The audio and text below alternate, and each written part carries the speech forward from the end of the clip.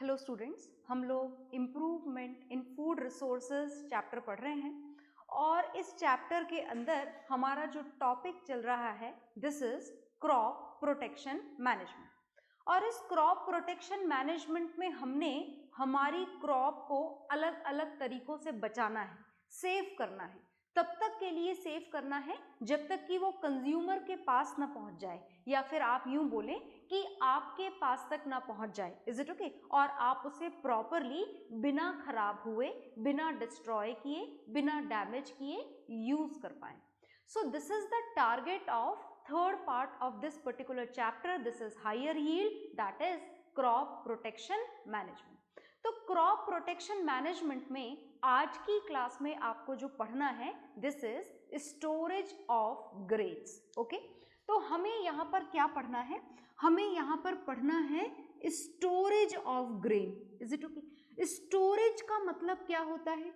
Storage का मतलब देखिए, बात ऐसी है कि आपने किसी भी प्रोडक्ट को देख लीजिए, जैसे आपने देखा वीट। अब वीट की जो हार्वेस्टिंग होती है it is usually done at the time of March में की जाती है। अब हार्वेस्टिंग तो मार्च में की गई, अगर आप मार्च में वीट को परचेज करना चाहें then a lot of wheat is available in the market. पर ऐसा तो नहीं है, हम ये बात सही तो नहीं बोल सकते, क्योंकि वीट तो हमारे पर्टिकुलर कंट्री में पूरे साल भर हर कंडीशन में, हर सीजन में अवेलेबल होता है। तो हार्वेस्टिंग कब हुई? हार्वेस्टिंग हुई मार्च में। आपके लिए कब अवेलेबल है? आपके लिए अवेलेबल है पूरे साल भर। इसका मतलब ये हुआ कि उस हार्वेस्टिंग के बाद में उस गेहूं को, उस वीट को क्या करके रखना पड़ता है? स्टोर करके रखना पड़ता है। Is it okay? And that technique only we have to study here. This is storage of grains. आ गई बात समझ में? तो स्टोरेज ऑफ ग्रेन में जो भी प्रोडक्ट हो, चाहे राइस हो, चाहे वीट हो, चाहे मेज हो, whatever the grain is there, it has to be kept in a very proper way. अब अगर बात आप इनकी स्टोरिंग की करें तो स्टोरिंग 3 लेवल पर की जाती है। Is it okay? देखिए, पहली स्टोरिंग तो करनी होती है फार्मर्स को। फार्मर्स को कैसे स्टोरिंग करनी होती है? जैसे फार्मर्स ने क्या किया, फार्मर्स ने किया अपनी हार्वेस्टिंग प्रोसेस को कंप्लीट करा। इस हार्वेस्टिंग प्रोसेस के बाद में ये जो गेहूं होता है, जैसे मानो कि आज हार्वेस्टिंग का प्रोसेस कंप्लीट हुआ, तो ऐसा पॉसिबल नहीं है कि हार्वेस्टिंग होते ही वो फटाफट मार्केट में ज़रूरत वाली जगहों तक पहुंचा दिया जाएगा। ऐसा पॉसिबल नहीं है। मतलब this is the first level eight which the storage of grain is required. मतलब फार्मर्स को भी अपनी कुछ पर्टिकुलर जगह सेट करके रखनी चाहिए जहां पर वो इस हार्वेस्टेड प्रोडक्ट को संभाल करके रख सके। कई बार आपने सुना होगा कि जैसे ही गेहूं निकल के आता है, हार्वेस्ट होकर के आता है, इससे पहले कि फार्मर्स उसे जगह पर पहुंचाए उससे पहले बारिश हो जाती है। और बारिश जो है, जो रेनफॉल है, it play a very important role in the destruction of this crop. Is it okay? Because farmers usually don't have this much big godown, so they can keep each and everything safe. तो almost कई बार ऐसा होता है कि इसका destruction हो जाता है। अच्छा, चलो मान लो कि फार्मर्स ने इसको सेफली स्टोर कर लिया, तो फार्मर्स के सेफ स्टोरेज के बाद में जो सेकेंड लेवल की जो स्टोरिंग होती है it has to be done with the traders, जिनको आप ट्रेडर्स बोलते हैं। ये सेकेंड लेवल की स्टोरिंग होती है। ट्रेडर्स का मतलब जो फार्मर्स से खरीदते हैं और मार्केट में इंडिविजुअल लोगों तक पहुंचाते हैं, उन्हें बोला जाता है ट्रेडर्स। तो अब ट्रेडर्स को अपने पास में उसको कई बार बड़े बड़े गोडाउन लोग बनवाते हैं इन पर्टिकुलर ग्रेन्स को प्रोटेक्ट करके रखने के लिए, सेव करके रखने के लिए। और उसके लिए वो क्या करते हैं? उसके लिए वो यूज करते हैं गनी बैग्स। गनी बैग्स, जिनको आप बोरे बोला करते हैं हिंदी में, उनके अंदर ये ट्रेडर्स गेहूं को, राइस को फिल कर करके अपने गोडाउन में सेफ रखा करते हैं। Is it okay? अच्छा, नेक्स्ट होता है the storage of grain which is done at the government level. जो गवर्नमेंट लेवल पर जो की जाती है स्टोरिंग, उस गवर्नमेंट लेवल की स्टोरिंग के लिए थोड़ी बड़ी बड़ी स्टोरिंग करनी होती है, ज़्यादा अमाउंट में करनी होती है। In that particular conditions gunny bags are not sufficient. तो ये जो थर्ड लेवल की स्टोरिंग करनी होती है, ये थर्ड लेवल की स्टोरिंग करनी होती है साइलोज के अंदर। Is it okay? These are not gunny bags, ये गनी बैग्स नहीं होते हैं। These are a very big cylindrical, बहुत बड़े बड़े सिलेंड्रिकल शेप के स्टोरेज कंटेनर होते हैं, जिसके अंदर आप अपने ग्रेन को क्या करके रखते हो? स्टोर करके रखते हो। तो ये 3 तरीके हैं आपके पर्टिकुलरली ग्रेन को स्टोर करने के। 3 तरीके नहीं है, ये 3 लेवल है ग्रेन को स्टोर करने के। तो आप इसको नोट डाउन कर लीजिए। ओके,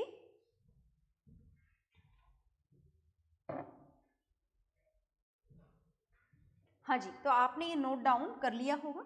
और अब इसको नोट डाउन करने के बाद में ये जो स्टोरेज ऑफ ग्रेन आपने पढ़ा, इसकी क्या ज़रूरत है भाई? इतने प्रॉपर स्टोरेज की क्या ज़रूरत है कि इतने बड़े बड़े गोडाउन बनाए जाएं या इतने बड़े बड़े साइलोज रखे जाएं? ऐसे ही क्यों नहीं इनको किसी भी कमरे के अंदर भर दिया जाता और स्टोर कर लिया जाता?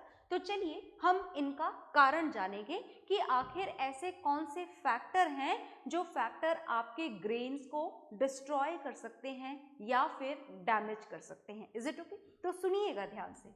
ग्रेन को स्टोर करने के कारण जो हैं, जो फैक्टर्स हैं जो आपके ग्रेन को डिस्ट्रॉय कर सकते हैं, they can be classified into 2 categories. First type of factor which are responsible for the destruction of proper crop, that are biotic factors। कौन से factors पढ़ने हैं आपको? Biotic factor। Biotic factor always involve the living beings। हमेशा ही इसमें कौन से factor involved होते हैं? Living beings। अब बात अगर living beings की जाए तो कौन कौन से बायोटिक फैक्टर हैं जो आपकी क्रॉप प्रोडक्शन को डैमेज कर सकते हैं? सुनिएगा उनके नाम। उनके नाम है some of the insect which can damage them. Rats हो गए जो खा जाते हैं किसी भी क्रॉप प्रोडक्शन को, रॉडेंट्स हो गए जो पूरी तरीके से उसे डिस्ट्रॉय कर देते हैं, या फिर बर्ड्स हो गए, या फिर माइक्रो ऑर्गेनिजम्स हो गए। So these are the biotic factor which can destroy the crops completely। Is it okay? जो बहुत ही छोटे छोटे से organisms होते हैं, even they are responsible for the destruction of these crop production। Okay? अब दूसरे फैक्टर जो आपको जानने हैं, they are the non-living factor and these are the abiotic factors।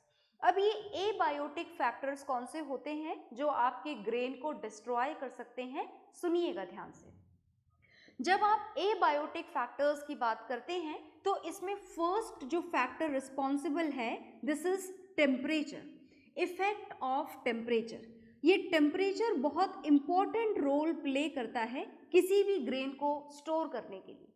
मान लीजिए कि जिस कंटेनर में या जिस रूम में या जिस गोडाउन में आपने वहां पर ग्रेन को स्टोर करके रखा है, अगर उस पर्टिकुलर प्लेस का टेम्परेचर 30 to 40 डिग्री सेल्सियस है, in that particular condition this is the best temperature, best suitable temperature for the development of insects and microorganisms। जितने भी माइक्रो ऑर्गेनिज्म हैं उनके डेवलपमेंट के लिए यूजुअली यही टेम्परेचर चाहिए होता है, 30 degree Celsius to 40 degree Celsius. और अगर आपके स्टोरेज रूम का टेम्परेचर यही है, इन दैट कंडीशन वहाँ पर इंसेक्ट का और माइक्रो ऑर्गेनिजम्स का डेवलपमेंट बहुत जल्दी और बहुत ज़्यादा हो जाता है, which can completely destroy the crop production. Is it? अच्छा, दूसरी बात सुनिएगा, ये तो हो गया इफेक्ट ऑफ टेम्परेचर। जो दूसरा फैक्टर है वो है इफेक्ट ऑफ मॉइस्चर। बहुत ध्यान से सुनिएगा, इफेक्ट ऑफ मॉइस्चर। ये इफेक्ट ऑफ मॉइस्चर क्या होता है? जैसे बहुत ध्यान से सुनिएगा, आपने मानो कि वीट की हार्वेस्टिंग करी या राइस की हार्वेस्टिंग करी या किसी भी प्रोडक्ट जो भी ग्रेन आप यहाँ पर स्टोर करने जा रहे हैं, जब आप उसकी हार्वेस्टिंग करते हैं तो हार्वेस्टिंग करते वक्त आपके ग्रेन का जो मॉइस्चर कंटेंट होता है, बहुत ध्यान से सुनिएगा, आपके ग्रेन का मॉइस्चर कंटेंट होता है usually 15 to 35%। This is the usual normal moisture content of the grain production which is harvested immediately from the crop। जो अचानक से जो आपको मिलता है, फटाफट से हाथों हाथ जो इमीडिएट आपको मिल रहा है क्रॉप प्रोडक्शन, उसके अंदर मॉइस्चर कंटेंट कितना होता है? 15 to 35%। पर आप किसी भी ग्रेन को प्रॉपर स्टोर करके रखना चाहें, उसके लिए उस सेफ्टी के साथ में उसे स्टोर करके रखने के लिए आपके ग्रेन का जो मॉइस्चर कंटेंट होना चाहिए for the safe storage, that should be less than 14%। कितना होना चाहिए? 14% से कम। मतलब ये हुआ कि जो ग्रेन की हार्वेस्टिंग की गई है उसकी प्रॉपर ड्राइंग जरूरी है, उसे पूरी तरीके से सुखाना जरूरी। अच्छा, ज्यादा भी नहीं सुखा देना है, आप पता पड़े कि 14% से 0% पे ही ले जाओ सीधे, इतना भी नहीं सुखाना है, थोड़ा मॉइस्चर उसके अंदर रहना चाहिए। अच्छा चलो मान लिया जाए कि अगर आप अपने ग्रेन को मॉइस्चर के इस लेवल पर नहीं लेकर के आ पाए, ऐसा मान लेते हैं आपके ग्रेन का मॉइस्चर लेवल अगर यही है या फिर 14% से ज्यादा है, देन व्हाट वुड हैपन? अगर मॉइस्चर 14% से ज्यादा है, in that condition again this is the most suitable conditions for the development of microorganisms such as fungi. Is it okay? So microorganism अगर आपके stored grain के अंदर develop हो गए तो वो definitely आपके crop product को क्या कर देंगे?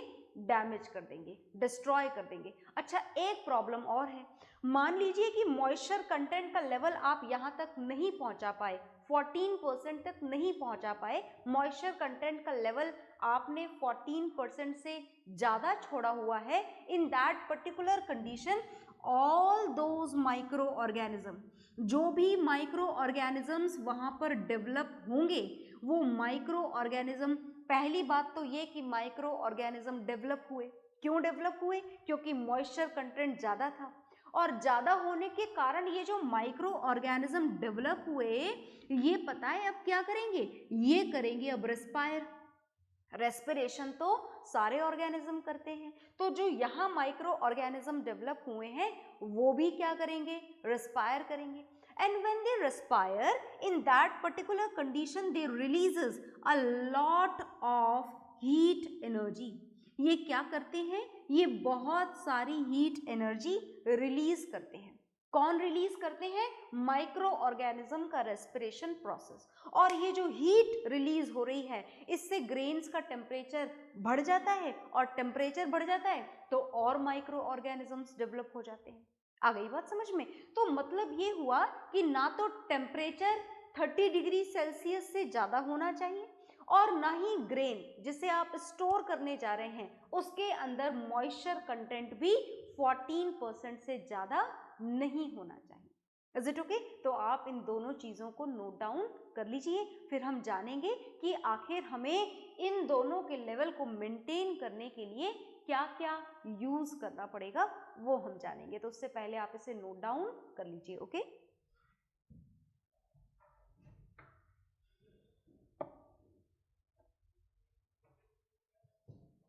हाँ जी, तो आपने ये नोट डाउन कर लिया होगा।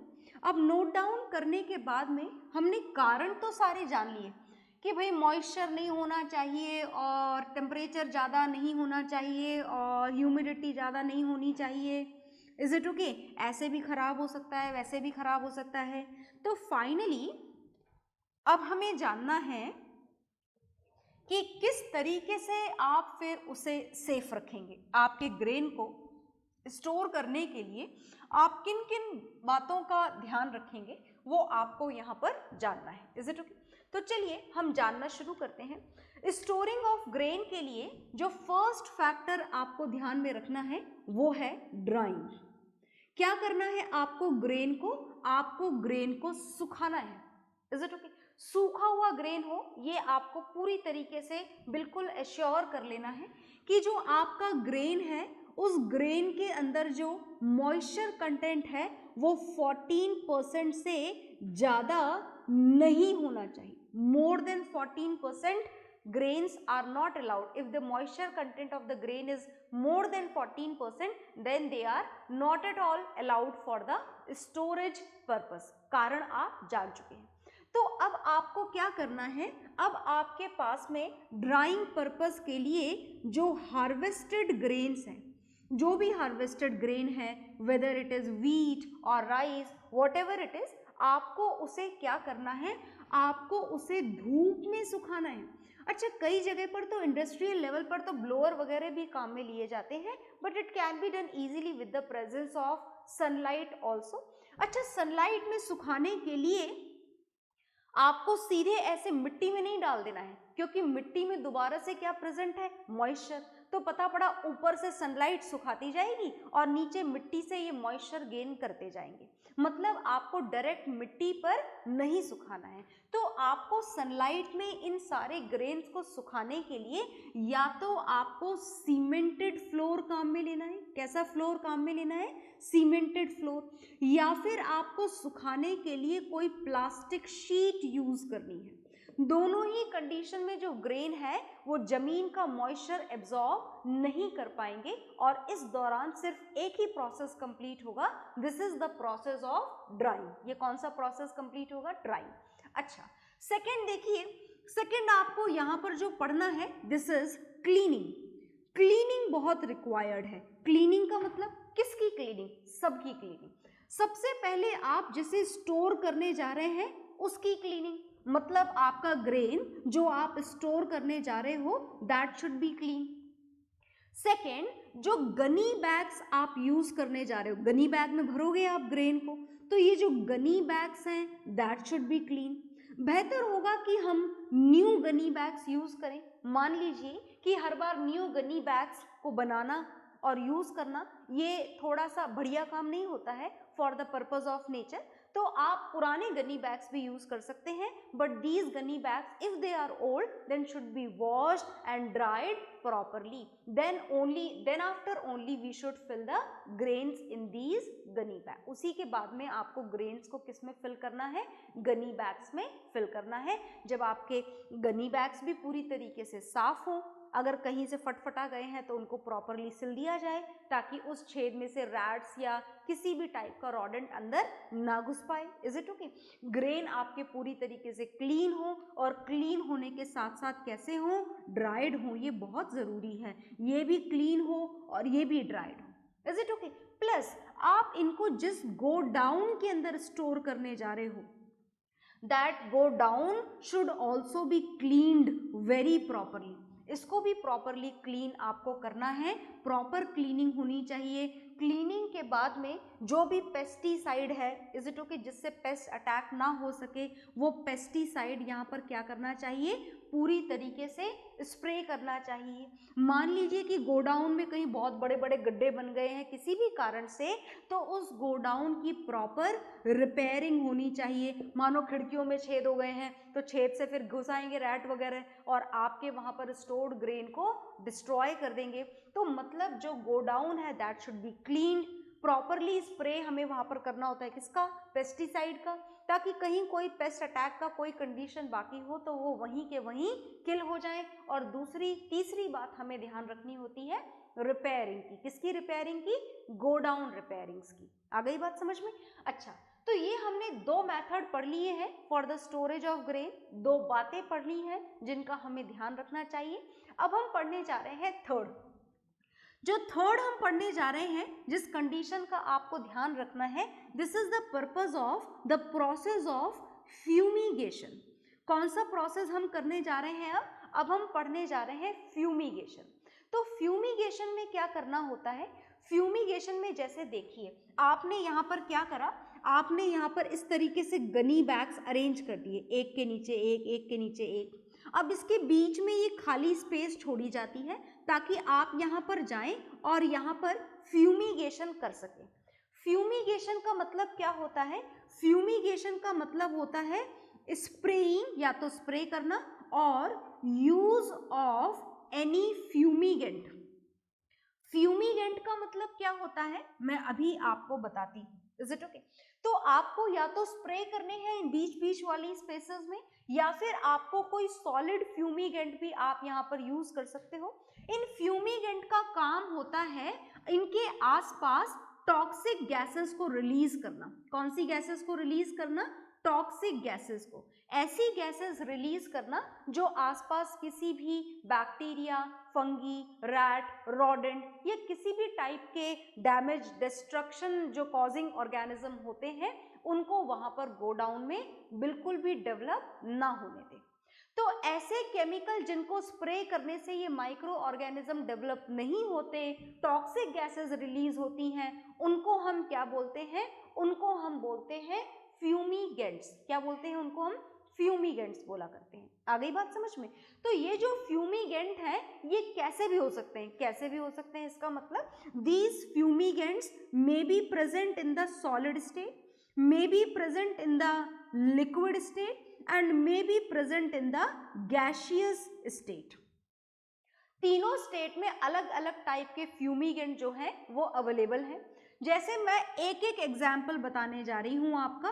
One example of this solid fumigant is aluminium phosphate. This is one of the example, और भी बहुत सारे हैं। And in this condition, this solid fumigants are used in the form of tablets, which are kept in between the grains. So in that particular condition, no bacteria and no destructing causing organism can be developed over there. Is it okay? आ गई बात समझ में? अब आपको पढ़ना है liquid फ्यूमीगेंट। तो liquid फ्यूमीगेंट भी होता है क्या? यस, मैं सिर्फ आपको एक नाम बताने जा रही हूँ, आप चाहे तो याद रखें। This is ethyl dibromide and this is the liquid fumigant जिसे आप स्प्रे कर सकते हैं। Is it okay?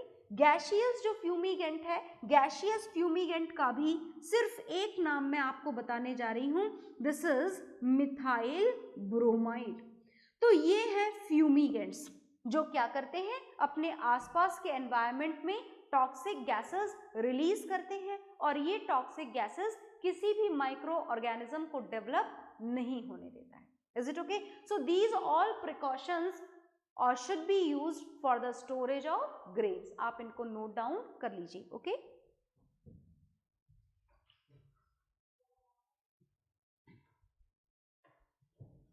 हाँ जी, तो आपने ये नोट डाउन कर लिया होगा। तो आज की क्लास में हम इतना ही पढ़ेंगे। Okay, bye everyone.